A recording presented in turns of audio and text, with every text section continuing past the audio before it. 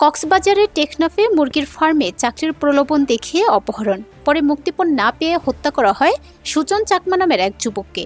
শনিবার উপজেলার নতুন পল্লনপাড়া এলাকায় তথ্যপ্রযুক্তি সহায়তায় হত্যায় জড়িত ৩ জন অপহরণ চক্রের সক্রিয় সদস্যকে গ্রেফতার করেছে র্যাব ১৫ সদস্যরা।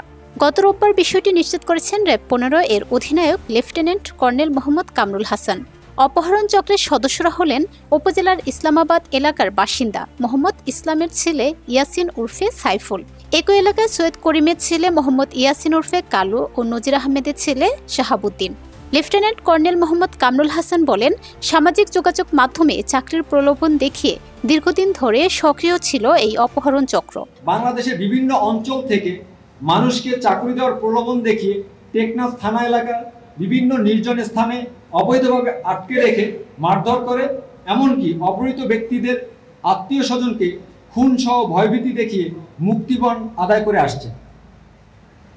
পার্বত্য চট্টগ্রাম সহ সারা দেশ থেকে অনেক চাকুরি প্রার্থী এ ধরনের প্রলোভনের ফাঁদে পা দিয়ে সর্বস্ব হারিয়েছেন, আপনারা সবাই অবগত আছেন। কারো কারো জীবনহানিও ঘটছে। এরই ধারাবাহিকতায় রাঙামাটির সুজন চাকমা হয়তো ভেবেছিলেন কক্সবাজারে আসলে আসলেই সত্যিকার অর্থেই হয়তোবা তিনি একটি চাকরি পাবেন, কিন্তু চাকরির পরিবর্তে তাকে সংঘবদ্ধ অপহরণ চক্রের নির্মমতার শিকার হতে হলো। প্রিয় সাংবাদিকবৃন্দ, আপনাদের মাধ্যমে আমি পার্বত্য চট্টগ্রাম সহ অন্যান্য জেলার সকল চাকরি প্রত্যাশীদেরকে সতর্ক করে দিতে চাই, এ ধরনের আকর্ষণীয় অনলাইন বিজ্ঞাপন বা অপরিচিত মোবাইল নাম্বার থেকে চাকরির প্রস্তাবের ফাঁদে কেউ যেন পা না দেন।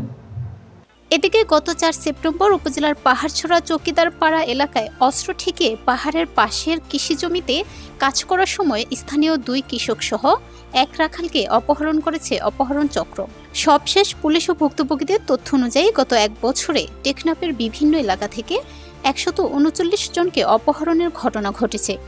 এর মধ্যে ৮৪ জন স্থানীয় বাসিন্দা, ৫৫ জন রোহিঙ্গা নাগরিক।